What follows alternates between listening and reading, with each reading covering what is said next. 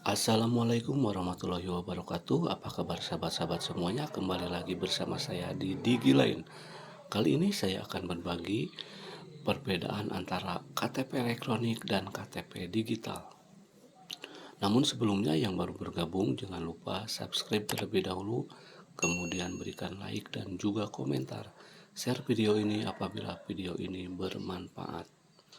Oke, langsung saja kita akan membahas mengenai perbedaan antara eKTP dan KTP digital.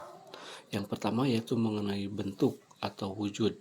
eKTP berbentuk fisik yang biasa dipegang, sedangkan identitas kependudukan digital berupa file yang dilengkapi dengan QR kode.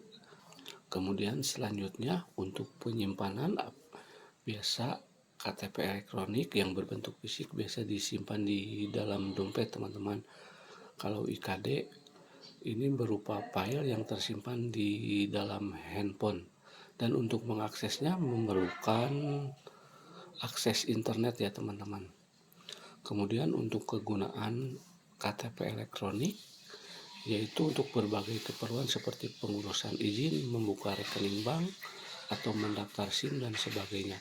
Sementara IKD memiliki manfaat yang lebih dari itu karena identitas kependudukan digital ini terintegrasi secara otomatis dengan BPJS, NPWP, kartu vaksin, dan lain sebagainya.